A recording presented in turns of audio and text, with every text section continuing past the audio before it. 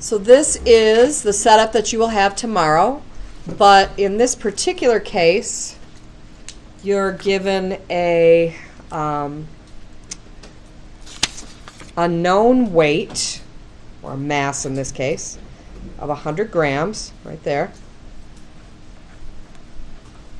And then an unknown mass, and you're going to solve for that.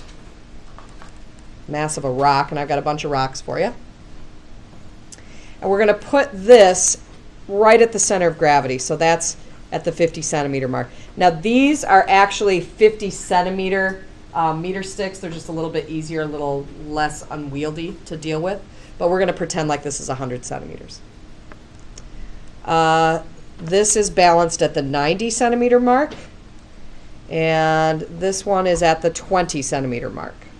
So you'll measure all this. Get it all set up so it balances nicely, and then you're going to solve for the unknown mass. So we're going to do this just like we did the problem with Miss Nick and Larry. The pivot point is right here. The 100 gram mass, the known mass, produces a counterclockwise torque, and the unknown mass, a clockwise torque.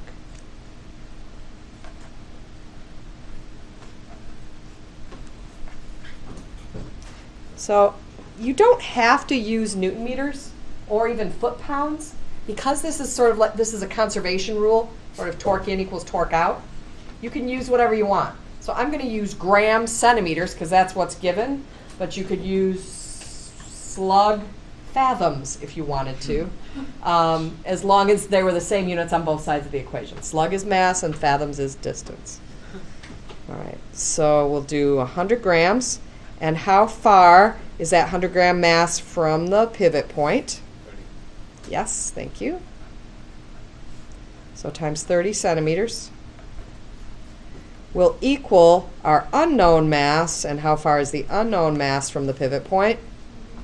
40, right, from 90 to 50. So that's the only tricky part that fools beginning physics students, is making sure that you're not measuring not what it says on the meter stick, 90 centimeters, but the distance from 90 to the pivot point. And when we solve for this unknown mass, we get 75 grams. Easy, right?